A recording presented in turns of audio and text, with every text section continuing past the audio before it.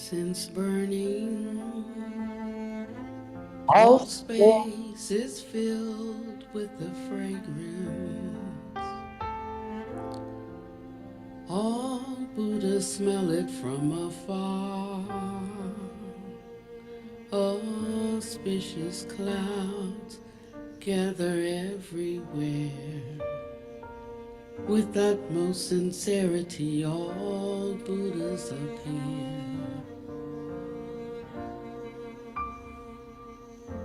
We pay homage and offer clouds of incense to the Bodhisattvas and the Mahasattvas. We pay homage and offer clouds of incense to the Bodhisattvas and the Mahasattvas. We pay homage, we offer clouds of incense to the Bodhisattvas and the Mahasattvas.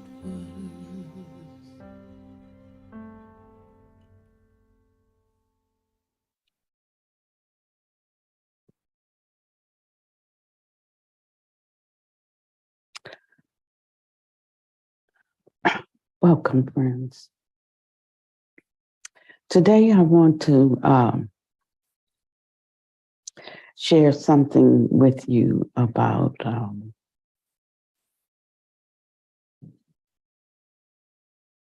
something I'm coming to understand deeply at this stage of my own personal journey. Can you hear me? Okay, great. Yesterday, we had a class with Zazi Zoma Rinpoche, and since Buddha Master left the world, there are the two main teachings of our lineage that have not been released, translations, because he's Chinese, that have not been released. They've been, of course, released to the Chinese, but we don't have them as Western students. And we have the preliminary translations, but we have to go out to the temple in California to read the preliminary translations. And so we are somewhat restricted. So we spent 30 days out there studying them, and we took extensive notes. But until they are approved by who we call the holy gurus, the ones who are responsible for translating them, and until they feel comfortable that they have the highest and best translation that they can do and offer to us, we can't have them in a published form yet. And so we're like raising Cain, like, okay, just do the best you can and just keep working on it. And when you have it a little bit better, then do a revised translation. But because, they have a fear of giving us something that would not be the best, they have not yet put it out, and they keep saying, just be patient, it's coming.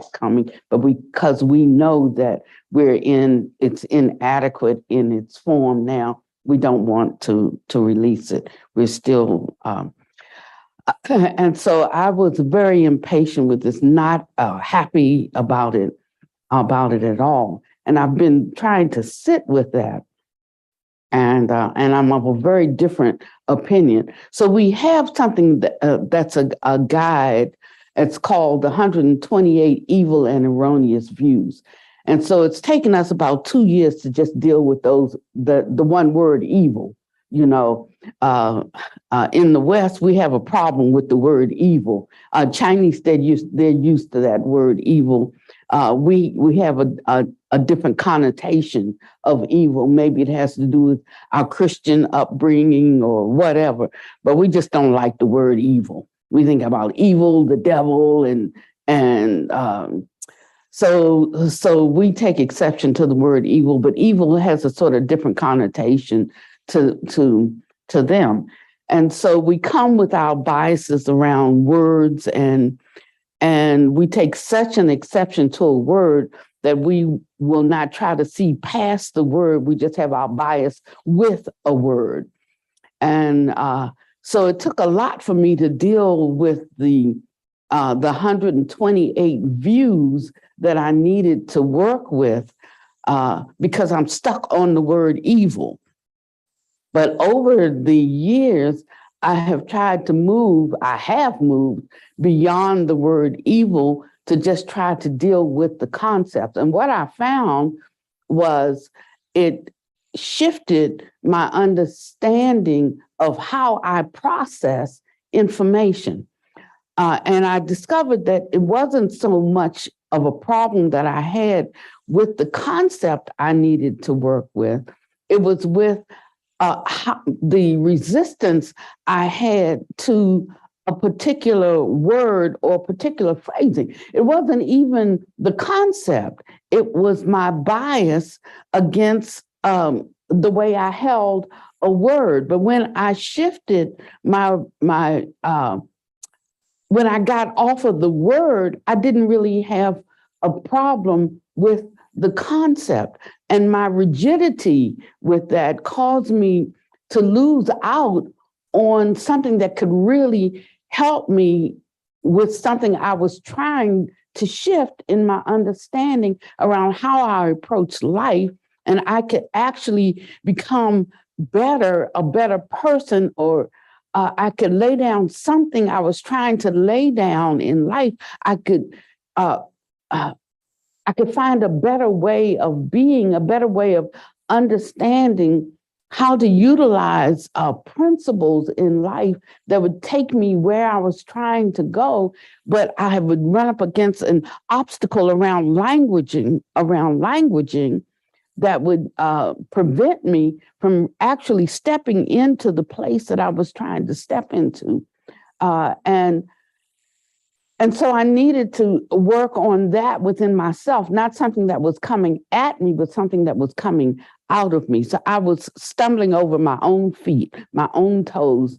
I was hindering myself, and I was saying it's those people out there. It's their fixed views, but actually it was my own fixed views. I was stumbling over myself. So now I'm finding that I have another hindrance. I'm hindering myself because I'm the one who's been the teacher. I'm the one who's been the professor in college. I'm the one, who's had first as a pastor, and now for such a long time, the one who's had, a sangha. I'm the one, who's used to having students and dharmacharyas, and Zazi is not, so I'm the one who knows how to instruct people. Zazi hasn't had that. And so I think I'm the one who knows, how to teach people, and Zazi doesn't. She writes books, and so, but she is above me in terms of rolling out Buddha Master's teachings. I'm like, but she doesn't know, and whenever she's bringing forth something, I'm like, that's not the way to do it. Whenever she's sharing something, that's not the way to do it. And so I find myself butting up against her all the time. I'm like, because she's not the one who knows, and I'm finding that I'm in that same place that I was before, just around languaging,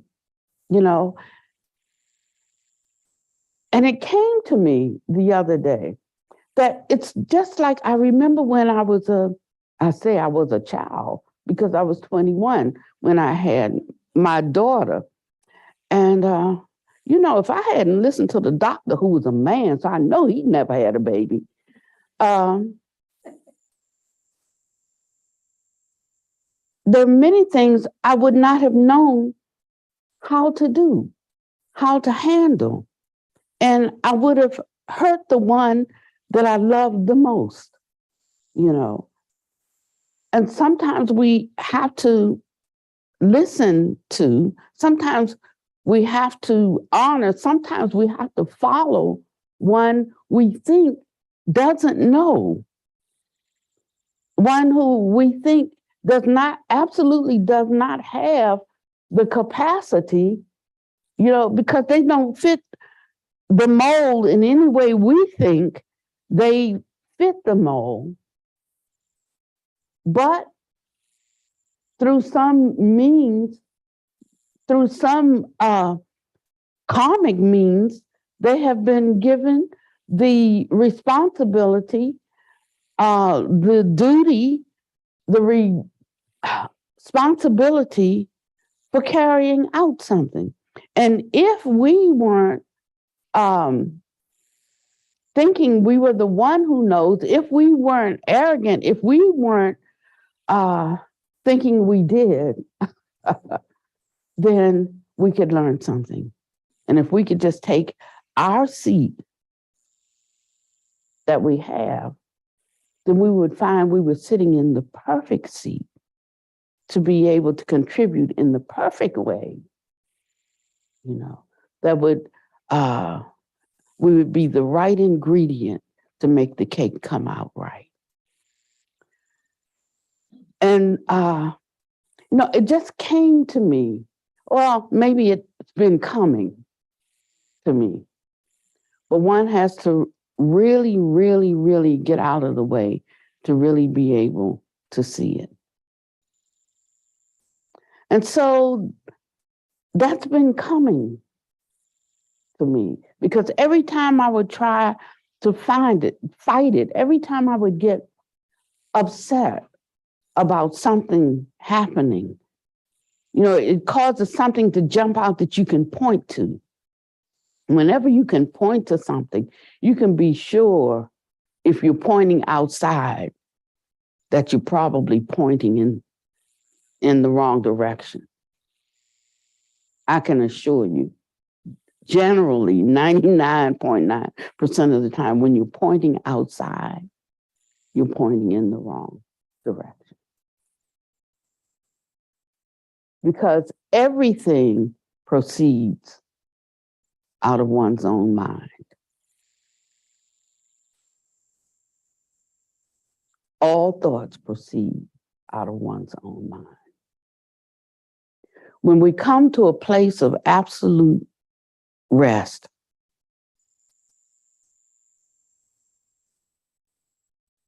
when one rests in utter emptiness, when all thoughts subside, when one's at perfect peace, when there's no coming, there's no going, when you're in that place of perfect peace, you know, when there's absolute ceasing, then when you're completely out of self, you're in that totally still spot that he calls it the Dharma. And all thoughts stop.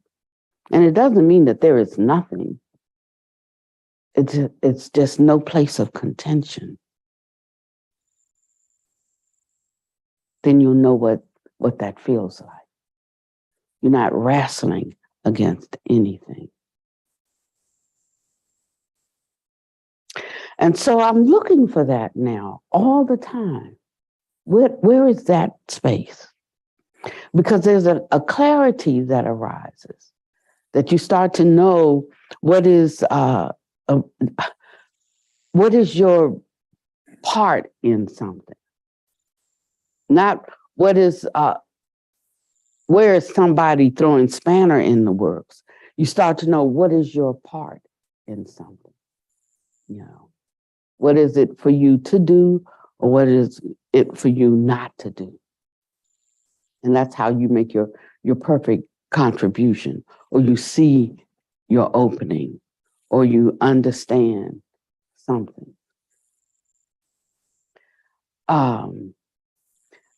Dina asked me last week, why did the Buddha, no, she asked me last week on the Heart Sutra, why was it given to Sariputra? I think you texted me that question. And it was like, oh, I know that answer because in those 30 days that the question came up in it was in the sutra. I didn't remember the answer because we were like cramming. We weren't like really paying attention to it in depth. You couldn't help but get a lot, but it was so much we were trying to cram to get through. The whole thing is like 600 pages or something like that, 500 or 600 pages in 30 days. We were just trying to get all of our notes down and get through it, and we'll like unpack it when we get back over the course of a year or whatever. But I knew that answer was in there. And what we decided to do, Zazie and I said, what are we going to do with all this? We need to start being able to get it out to the people, even though it's not released for us to share it. What we'll do is we'll come up with a series of questions. And those who were there, we will pose questions to ourselves. And as we start to answer the questions, it will help people get a little bit of what we discussed. They won't be able to get all of it, but just any little bits that they get will be helpful. And because all of it is so bright that it will bring life, it will come alive, and it will be helpful to people. And so that's what we started doing. And I hadn't begun to crack the book, so I said, like, I'm gonna sit in the back, like I'm the teacher, and I'm gonna just listen to the answers right there because I didn't know any of the answers. I'm gonna like sit in the back. I'm like checking y'all out. So that's what I did on the first week. The second week, I'm like, okay, send me the notes, Busita, because I'm going to study this week so I can at least answer one or two of them before she starts calling on people. Now, so she knew that I hadn't been feeling well. And so she was merciful to me. She didn't, because some of her direct students, she just called on them, but she didn't call on me. But I was afraid she might call on me this time. Like, I got students in the class, so you can't call on me if I don't know any of the answers, right? So I said, I'm gonna at least know a couple of them. So if she calls on me, I can answer them, which she didn't, but I did answer a couple of them. But she was still gracious. So somebody answered one of the questions, but I felt like she didn't give a full enough answer for a teacher. And so when she answered the question, it was okay for a student. Her answer was okay for a student. But I felt that she should have pulled out more meat for a teacher.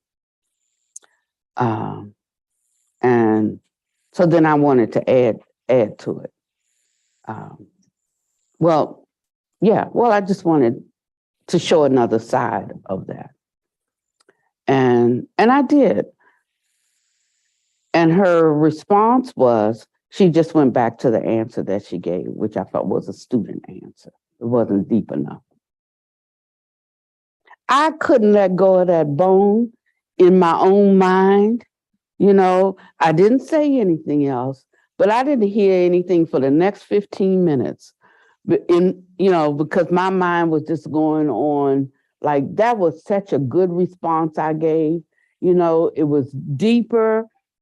She should have just really gotten on that to really expand that answer.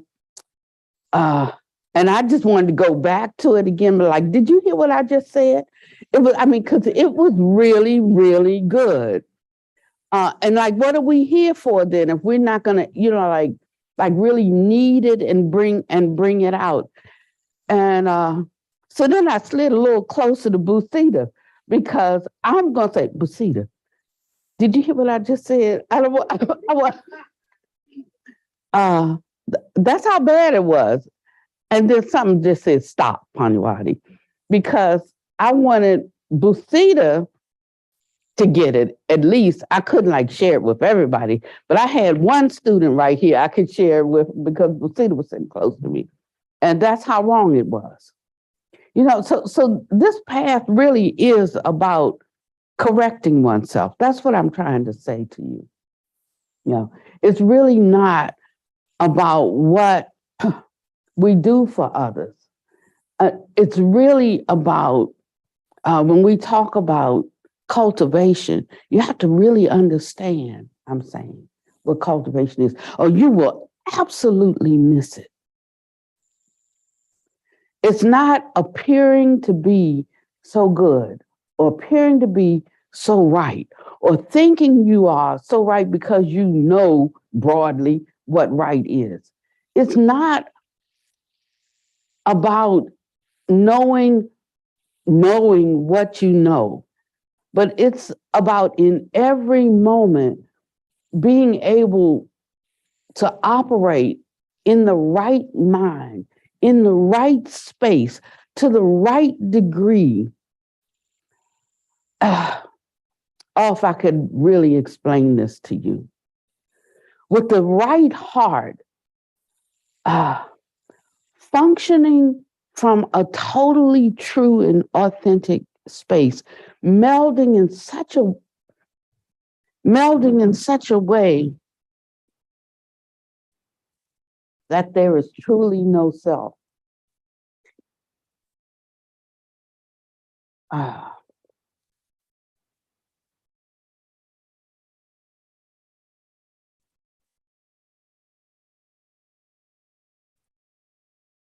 And it's going to take this type of thorough investigation to totally uproot this self. So when we talk about how we have been obscured for such a long time, this covering, this wrong concept or understanding of ourselves, it's going to take a long time to scrape all of this off. Yeah, we have to be gentle with ourselves and we have to be gentle with others. That means just simply understanding why we are like we are and how we are like we are. But we really have to know it. And that allows us to really look at it and to really understand it. That's the excuse that we have. But the excuse doesn't mean that we actually excuse it. It means that we just understand it. It means that it allows us to work with it. It doesn't mean that we poo-poo it. It means that it allows us to be able to work with it. That's all. And it allows us to be able to deal with it in others.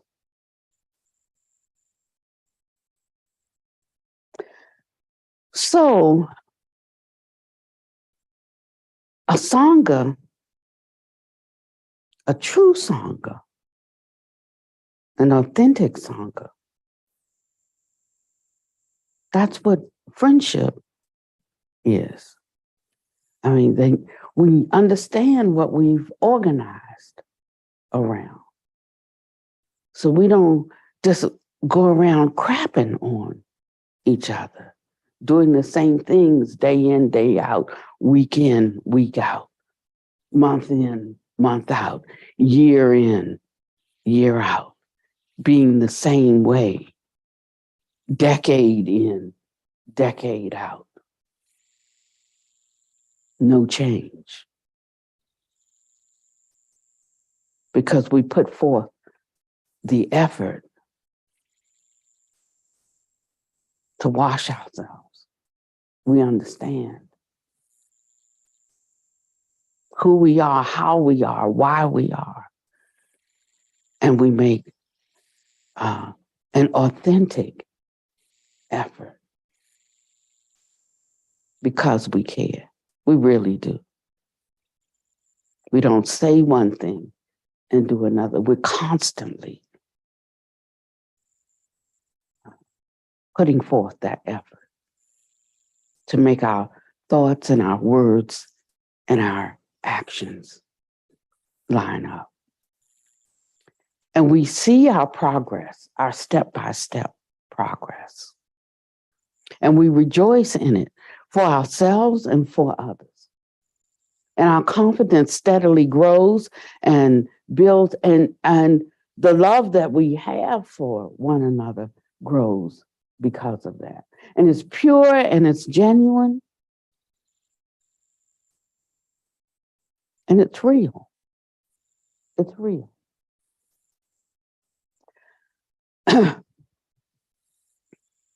So I'm going to read a little bit today.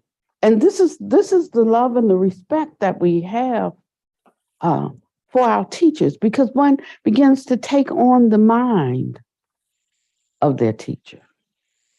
So I know the care and the love one has for their teacher, not because they call out their teacher's name and say, oh, I follow this teacher, or I follow that teacher, like teacher name dropping, you know what I mean?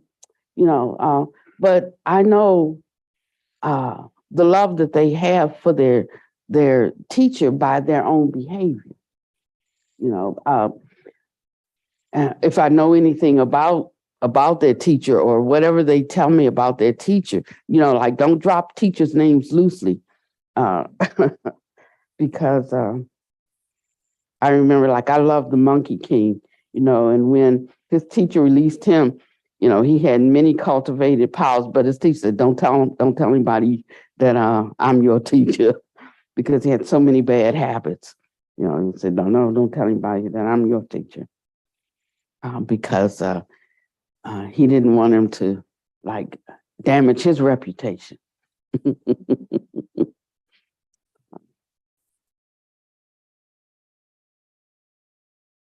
But there's a kind of respect that you have for your teacher, and a reverence that you have for your teacher, because you start to take on the mind of your teacher and the habits of your teacher, and you do it.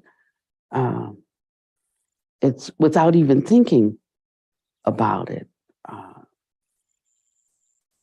It's sort of like when you're in the presence of someone continually and they wear a certain perfume, then that fragrance, it gets in your clothing, and you're around them long enough, it even gets in your skin.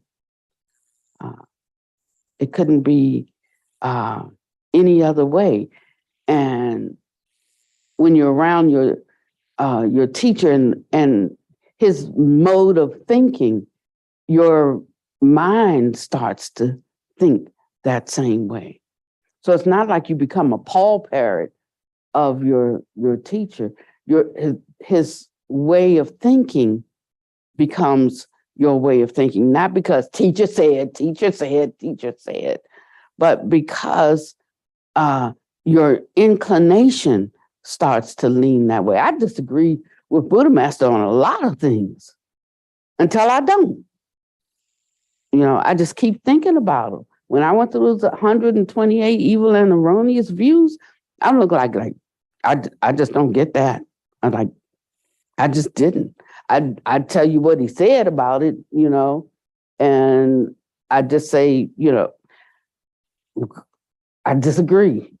I mean, but I'm gonna tell you what he said. I mean, you think about it for yourself. I mean, you have a mind.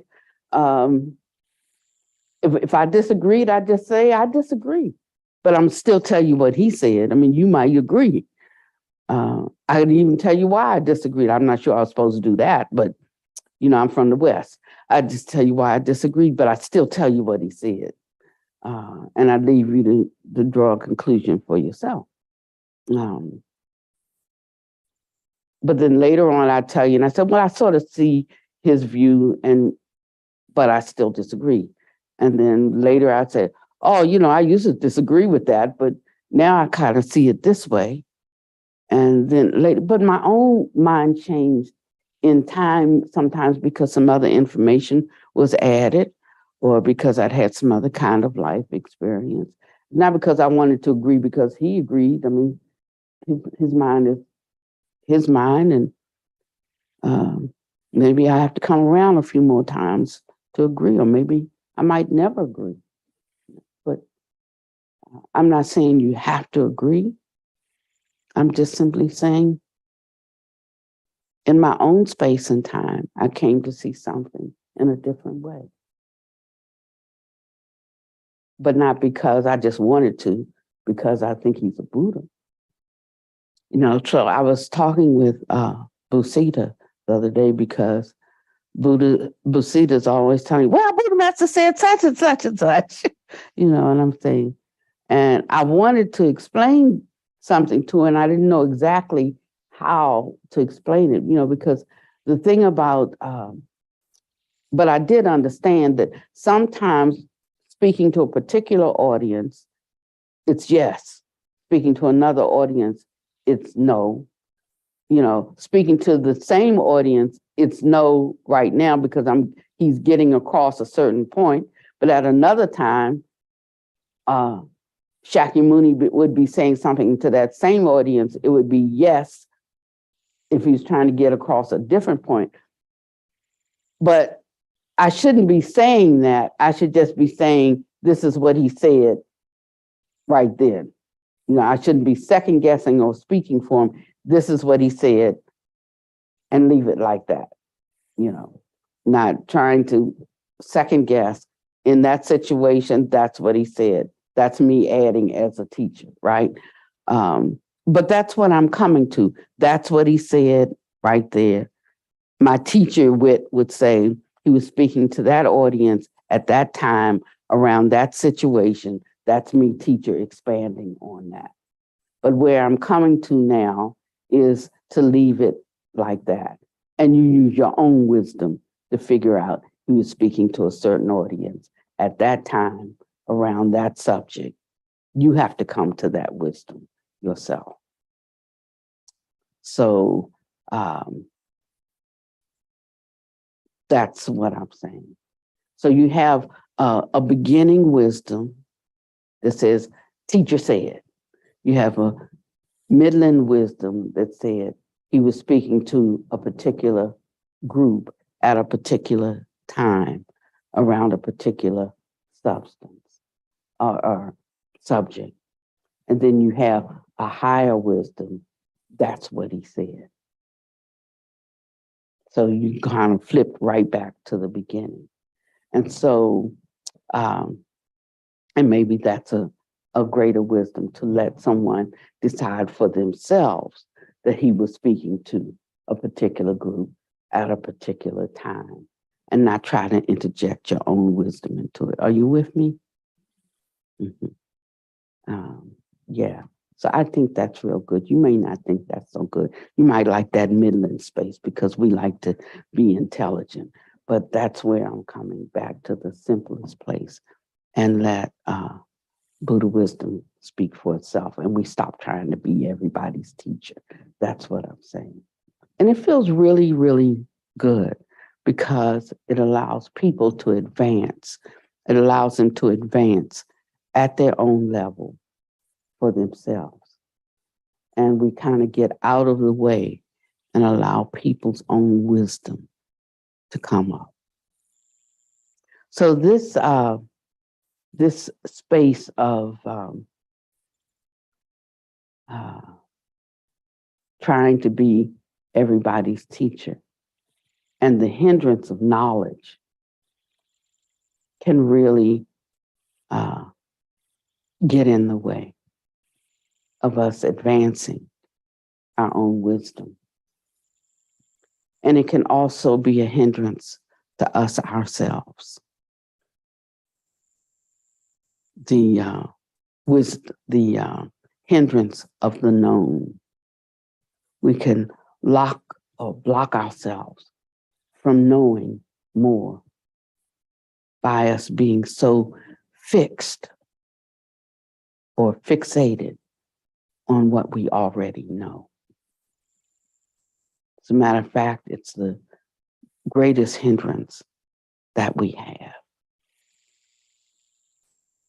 being stuck on what we already know. And the more we know, the greater the hindrance.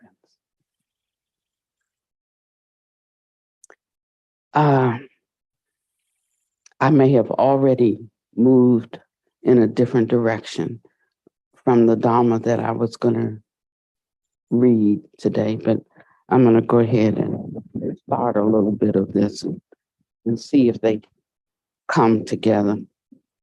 Today is the second lesson in the exposition of Dharma during the trip to the East Coast. This is an explanation of Dharma rather than a formal discourse. Simply put, this is Buddha Dharma that is difficult to encounter in millions of eons. I'll do my best to explain in a way that most resembles leisurely conversation. Today, I will expound upon a question that a disciple posed yesterday. Actually, I explained this matter to him yesterday. However, since he posed such a question involving very crucial Buddha Dharma, his merit should greatly increase. Actually, the subject matter of his question involves a mistake made by millions and millions of Buddhists in this world. Buddhism has developed very slowly and not as much as other religions because Buddhists have not understood true Buddha Dharma teachings and the absolute truth. The disciple who posed that question yesterday has followed me for so many years, yet there are some principles that even he does not understand. So just imagine how ignorant those who do not follow me are. However, such ignorance is hard to avoid. Therefore, I want to tell everyone the absolute truth of this principle in the simplest and most terse way. What is the subject matter I am alluding to? Most of the Buddhists and non-Buddhists in the world have a certain way of thinking. This way of thinking is like a knot that is very hard to untie. Why do they have certain ways of thinking? I will now tell you the subject that I am talking about. Buddhists of great virtue and eminent Buddhist monks who cultivate themselves often give people the impression that they don't do much of anything. They cut their hair, they wear Buddhist robes, and convey the impression that they seldom open their mouths to speak. They appear to expound the Dharma very well and seem to be very compassionate. When performing rites, they sit on the Dharma platform, looking very dignified. It seems that there is nothing more to them than this. This is the image that others have of them. They can converse, they are conversant in the sutras. However, they seem to be so stupid when it comes to the ways of the world. It seems they don't understand any worldly matters. When they cut off their hair, they wear the Buddhist robes. They appear to be simple and honest. It seems that the people of the world are smarter than they are. This has caused a misunderstanding in the minds of many people. Moreover, there is some truth to all of this. There are some Dharma teachers and Rinpoches who can only carry out Buddhist matters and who seem to have no worldly abilities at all. Additionally, there are many so-called intelligent people in the world, many people with high positions in the world, and many people in the upper levels of society who are more capable than those teachers and Rinpoches. There are also some people in the world who have many skills and great abilities. It is often the case that Buddhists are not as intelligent as those people, no matter how well those Buddhists may cultivate themselves. This is a kind of phenomena that exists throughout all of society. What type of phenomena is this? It is a phenomena that is both factual and superficial. This phenomenon has caused many people to have the misunderstanding that accomplishments from cultivating oneself and the accomplishments of holy people are unrelated to worldly intelligence. Many people believe this. They think that the path of cultivation and the path of holy people are paths totally separate from the real world. This is what they think. This way of thinking has existed almost continually for a few thousand years. But what is the ultimate truth behind this? I will tell you something in very unpleasant terms. People in the world often compare a very stupid person with a pig. People with the mentality I just spoke of are like pigs watching pigs. Of course, I will not simply utter such empty words to elucidate this matter. I will tell everyone what the ultimate truth is. The disciples seated here today include Dharma kings, venerable ones, greatly virtuous ones, and Rinpoches. I simply tell all of you that most of you have such a mentality. This is an extremely ignorant mentality. Simply put, only those who do not understand the ultimate truths of the Buddha Dharma would make such amateur statements and have such deluded and confused mentality.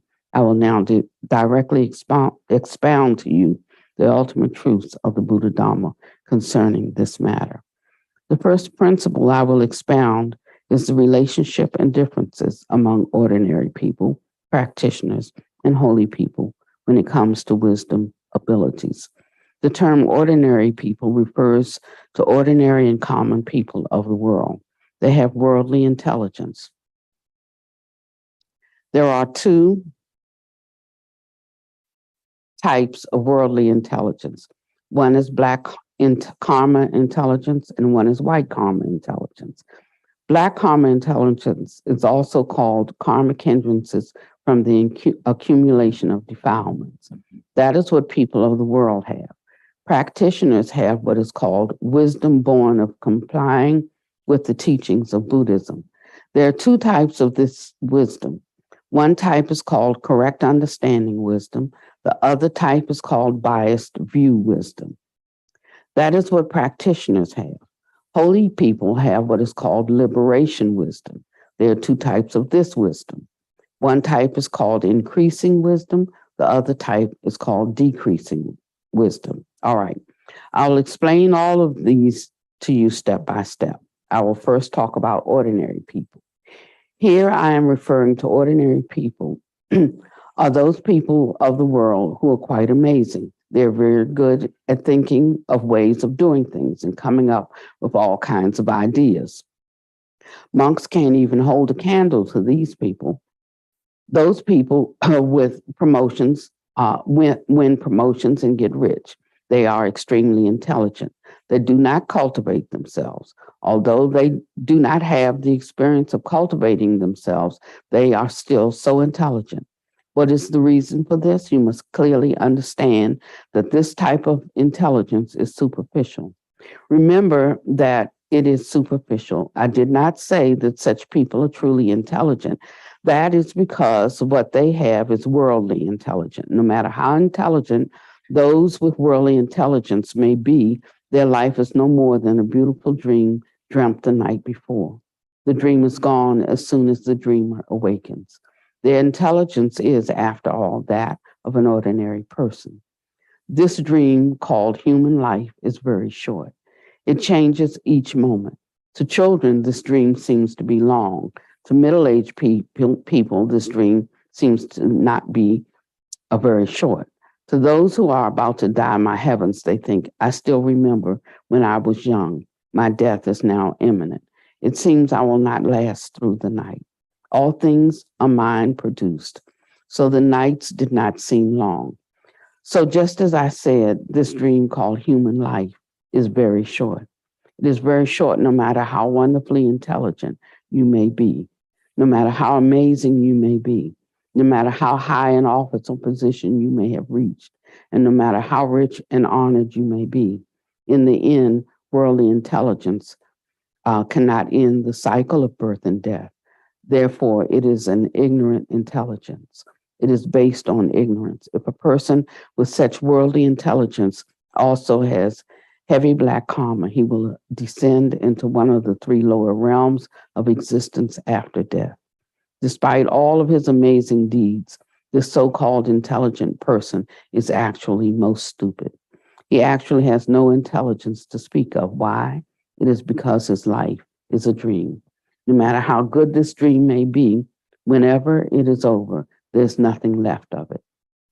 Thus, such a person is not actually intelligent, and he has not liberated himself from the cycle of reincarnation. Do you understand? This is not intelligence. This is great stupidity. This is the stupidity of the ordinary person. Such people will, in the end, experience great misery. They have wasted all of their time. In the end, what awaits them is the dissolution of their four great elements, a miserable death, and experiencing all the karmic retribution for offenses committed in this life. Could such people truly be called intelligent? Such people are stupid because they do not know that they should have cultivated themselves and attained liberation. They are quite pitiful. Of course, we must have compassion for them. Do you say that they are intelligent? Are they not intelligent? Can we handle matters well? They cannot. Thus, such worldly intelligence of worldly people is forever impermanent and is without value. Such people are often exhausted all day long, for they handle one matter after another. Where's the merit that has built up? Of course, they might say, I've donated a great deal of money. I've done many things. The things that they have done were done in a dream. Do you understand? Perhaps they have helped many people to become bad. Could it be that what I have said is wrong? Among the people they have helped, they may have been robbers, swindlers, thieves, murderers, and so on. Since they have not walked a bright path of liberation, what they have done is not necessarily meritorious. May have been restaurant owners among the people they have helped. Those restaurant owners may have killed more living beings than the number of people they have helped. They may have helped 100,000 people or 1,000,000 people, but the restaurant owners that they have helped have killed 30 million living beings. Could it be what I'm saying is wrong? In the final analysis, they may have more merit or more negative karma. Which one? It would be very worthwhile for you to ponder this. All disciples who hear this recording of the Dharma should carefully reflect upon the following. Worldly intelligence is always ignorance. It is what very stupid people have. It is not high. Some people will say, why are such people intelligent? Why are they so amazing? They have not cultivated themselves. Is their intelligence unrelated to cultivation? Do you want to hear the answer? I will now tell you. They have followed and learned Buddha Dharma for so many years. Do you not even know the relationship between cause and effect?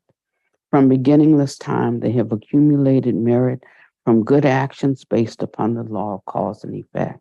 The law of cause and effect never errs. In prior lives, they have accumulated merit from their cultivation and have done good deeds. Consequently, in this lifetime, they are clever and quick-witted. However, they unfortunately fell short one step. How did they fall short? They have not cultivated themselves in this lifetime. They cultivated themselves in prior lives, but in this life, they lost their way. They are quite pitiful. They are not intelligent. Carefully think about it.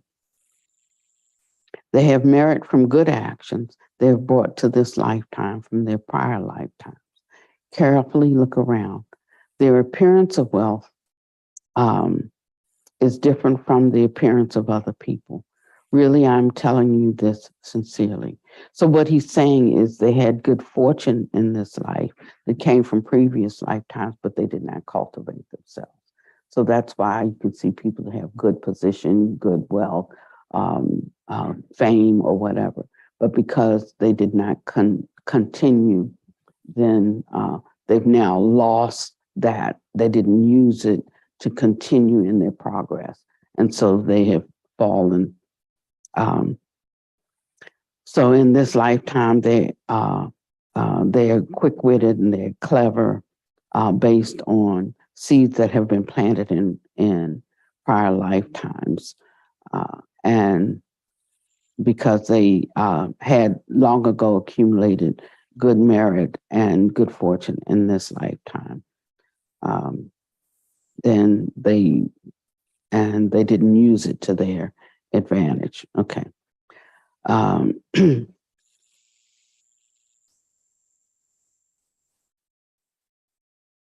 So you must be clear about this.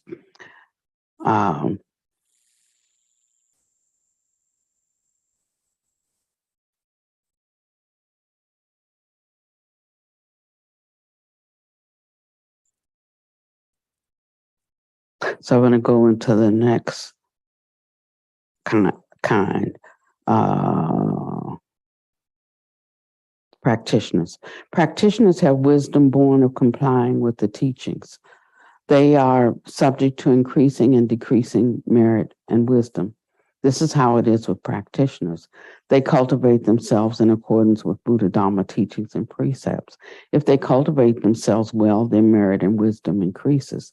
If they cultivate themselves poorly, their merit and wisdom decreases.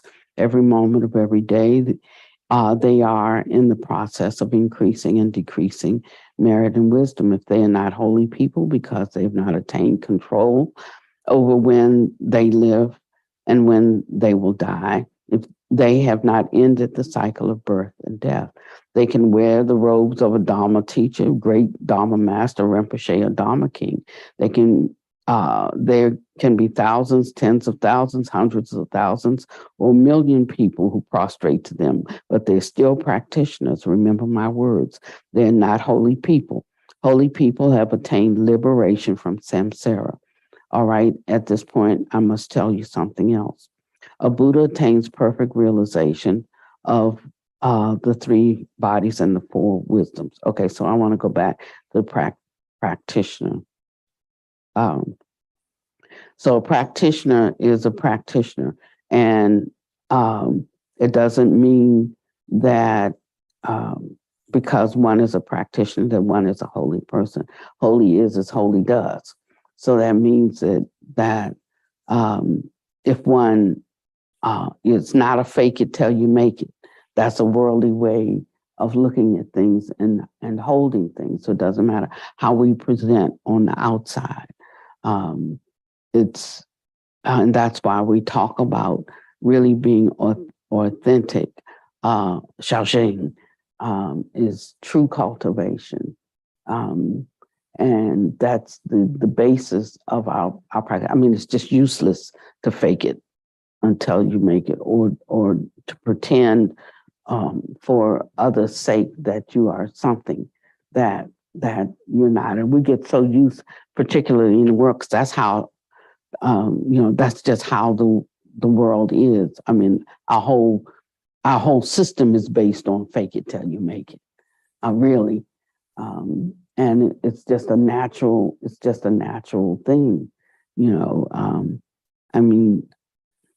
I mean, honestly, it is. We have, I was talking with a gentleman yesterday who came in for a consultation, and it was so beautiful, because we were talking, and I don't really know him that well, but when he sat down and started talking to me, like in just a few minutes, it's like I had known him all my life, like he had known me all his life. And as he was talking to me, I didn't know his story, but he just looked at me, and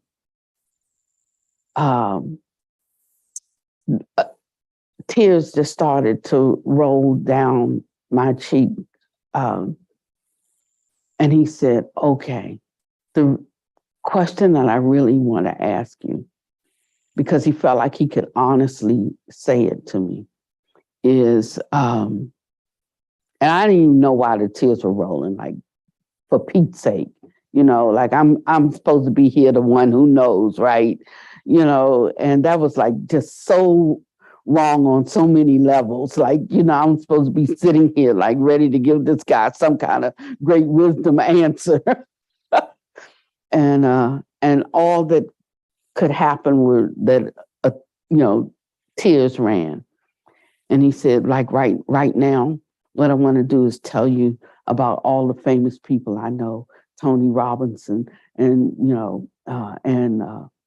and how much money I have and how I jet set all across town. And this wouldn't even be a person that you would think would even start a conversation about this, and all the rich people that I know and all the things that I've done. And he started with this whole conversation. I want you to know who I have been in the world, and so that and I want to puff myself up and let you know that I was somebody, And I said, I know. And I really did know. Because if the man sitting in front of me, he didn't have to tell me he had been somebody.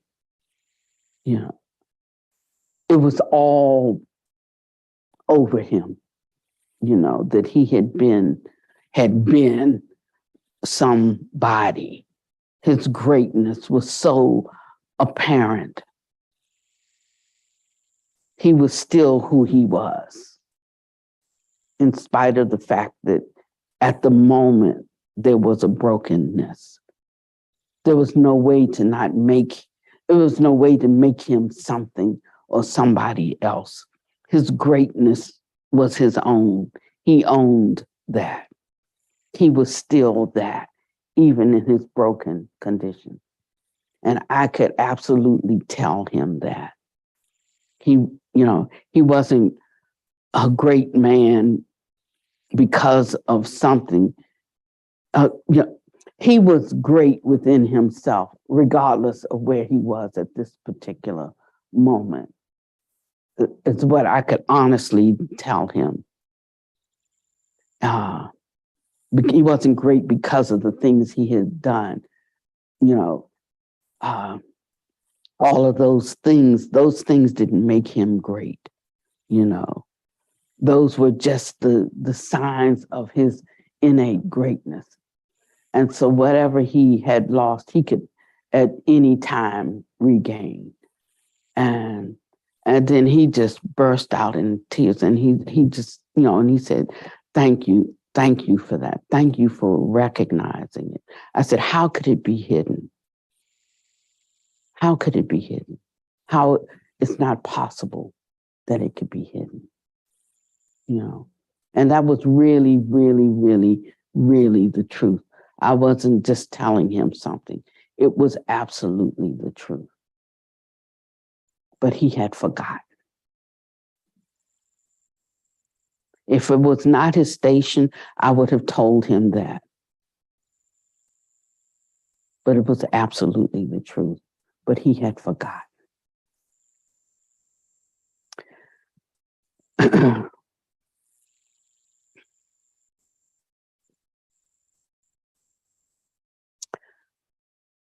Says, all right, at this point, I must tell you something else. A Buddha attains perfect realization of the three bodies and the four wisdoms. The three bodies are the Dharmakaya, the Manakaya, and the Sambhogakaya.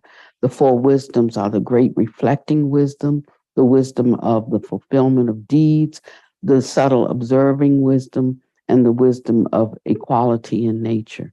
With perfect realization of all four wisdoms, one has universal omnipotence. How can it be said that an ordinary person is higher than one with universal omnipotence? I think about it. What does the term liberation mean?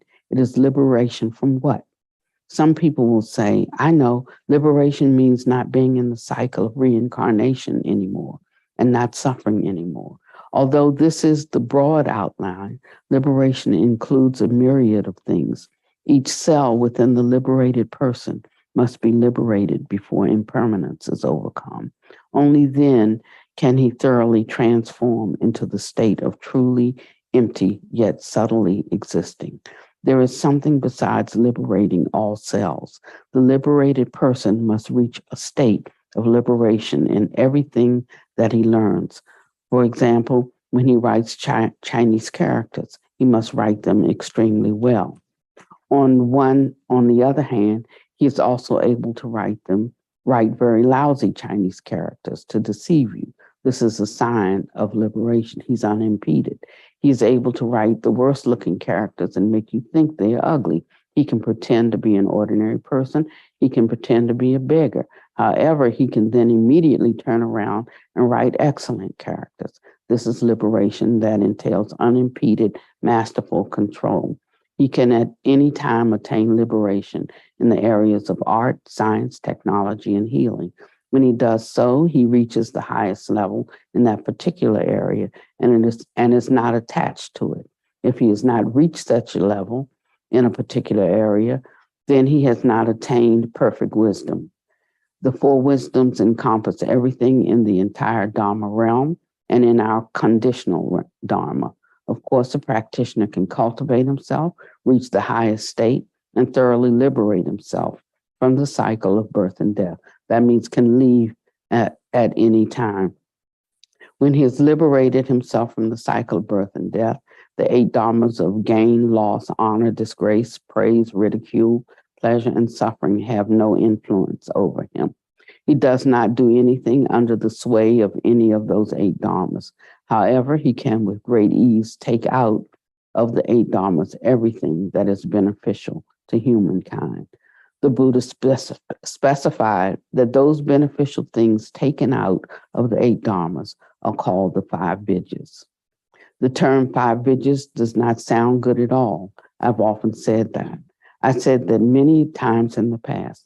At the very least, the liberated person I have been talking about should attain high levels in all walks of life, in all fields.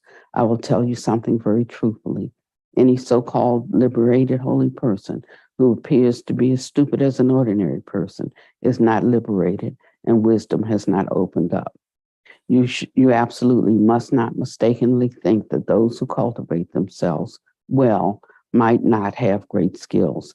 This is wrong. For example, if someone's wisdom is not perfected in a particular area and his skills in that area do not exceed those of ordinary people, then this proves he is not liberated in that area and has not yet surpassed ordinary people in that area. Do you understand my meaning? It's 11:06, so I'm going to continue this on Tuesday because I have 3 times as much more to read. The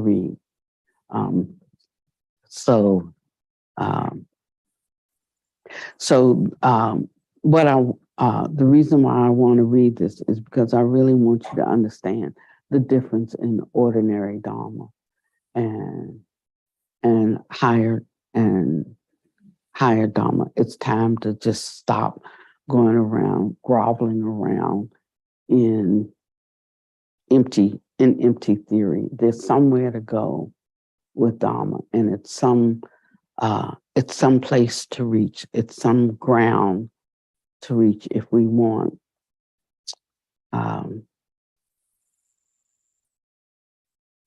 to advance in this world, if we really want to know something. And I want to go there. I know so much Dharma, all of these books that I have, all of these understandings that I have. And anybody can get that level. But there is a higher level to go. And I've seen some of it. And I can talk it, but talking it and being able to function in it is 2 very different things. And we think it's available to only a few here and there, and that's not true. From the time I was a child, when I was 6 years old, and I had a physical manifestation of a being that just walked straight through a wall and entered my room. I went to my church and I told them about this, and they said that's not possible. When I was 13, I had a second one, walked straight through a wall into my room. And they told me again, that's not possible. And that was, how many years is that? 7 years later. Then I said, okay, then they don't understand because this is something real. Now I'm 72 years old. Some years later, I had to leave that tradition and try to find some other way of understanding what was happening and what was going on. And I found a female Buddhist master. She was the only one that I knew who had any kinds of powers and abilities, who could do more than just talk, you know. And I saw her do things, healings and so forth, and extraordinary things. Create bodies, you know, duplicate herself in places. If she was teaching somewhere, I saw her step right out. That's how I met her. She stepped out of a book. I went someplace to eat for lunch, and her books were on a shelf. And she stepped right out of a book in front of me. I had a meltdown. And one of the people in the restaurant came over and said, did you just see our master? I said, yes, I did. She said, you want to know what that's about? I said, yes, I do. And they sat down and they showed me a video about her. She was over in Taiwan. And then a year later, she came to the United States and I had a chance to see her.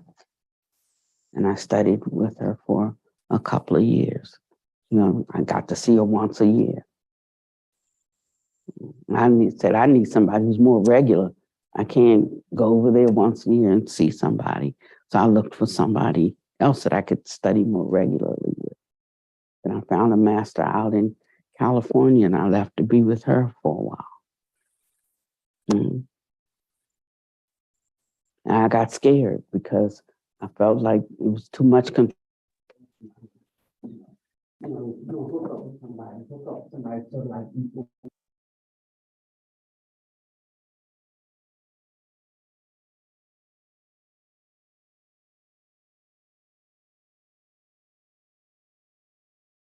So I left.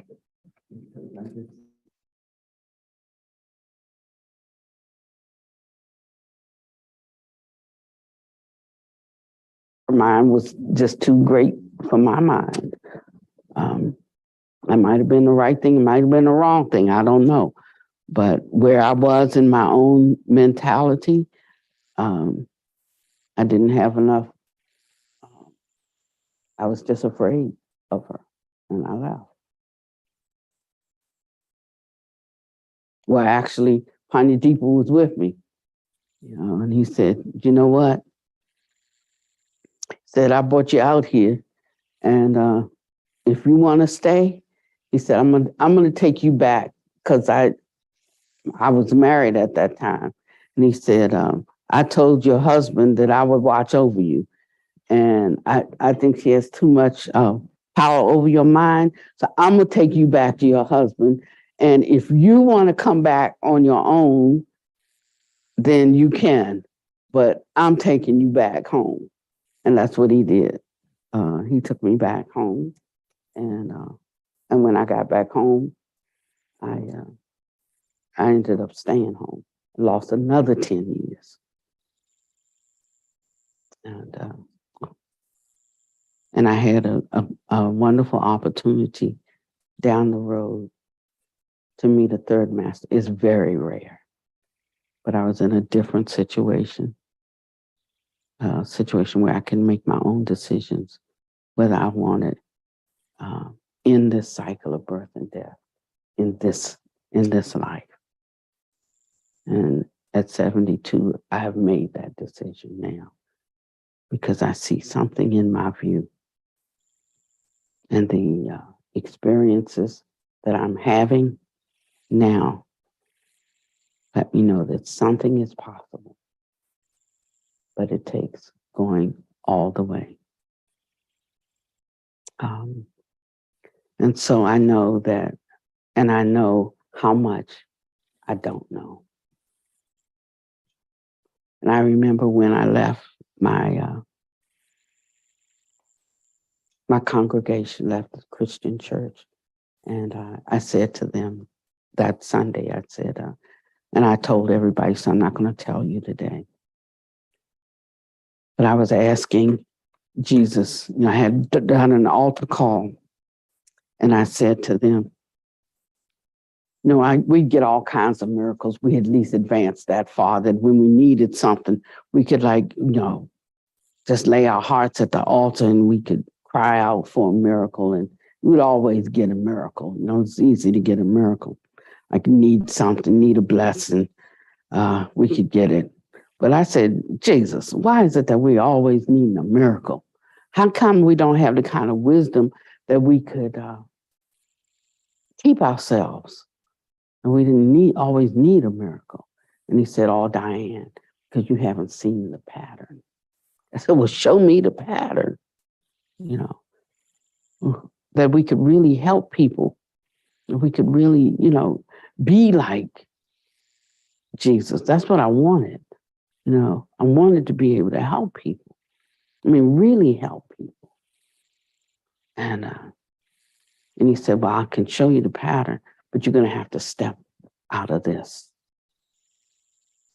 And that Sunday, next week, I had a vision and told me what I had to do. And that was on a Saturday. And that next Sunday, I took my congregation to another church and I left them there. I said, I can't take you with me because I don't know where I'm going. But the one I believe in told me to walk through that door. And that's what I did. And I ended up in Buddhism. And so now I've been in Buddhism for, I don't know, somewhere around 25 years. And it was wonderful. It was wonderful. It's been wonderful. I've learned so much. And I've experienced many things. Many, many things. But more like at the low end of it. And I've had 3 masters. But now I'm moving towards the high end. And not many people have this opportunity in a lifetime, in 100,000 lifetimes.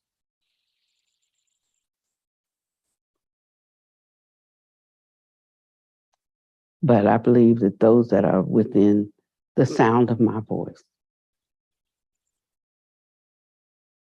have the karma and the opportunity. It would be impossible to hear this Dharma, to have the good fortune to hear this Dharma. Would have had to have produced the good karma to hear this Dharma.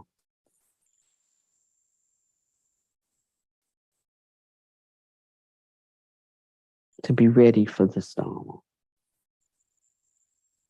Mm-hmm. It would be impossible. I thanked Buddha Master one time for waiting for me to be ready. He said, Buddha doesn't wait for anybody. He said, you have to have produced the karma to hear this. It has nothing to do with being a Buddha waiting for you to hear. You have to have produced the karma to hear this. It's just a matter of whether you'll take advantage of it. But you definitely have produced the karma to hear it. Your choice.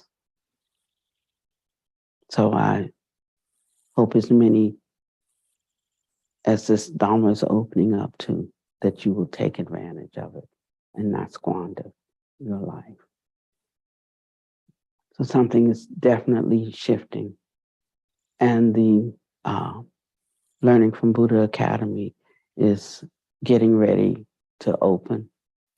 And that's what we've been in the back burner doing, putting together the curriculum for this. And we've just been throwing out little teasers while we're trying to put that together on the, in the background.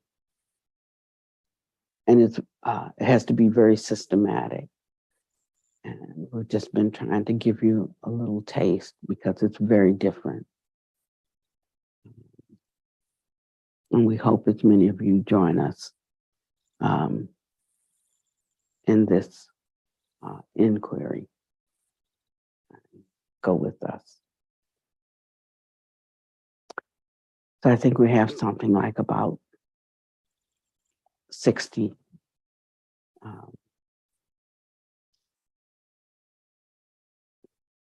I think something like that, that have indicated that they want to go and start this inquiry. But that's a huge number because this is not easy to understand. And it takes a great single focused commitment to practice. But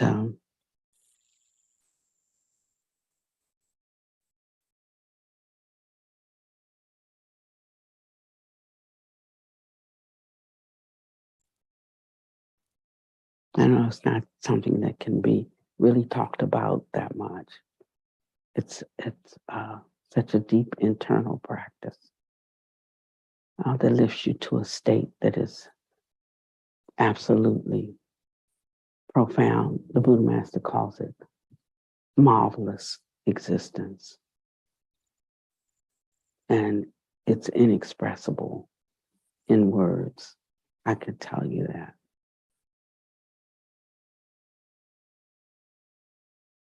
I think I'll close. I used to end with, may you be well and happy and peaceful, may no judgment.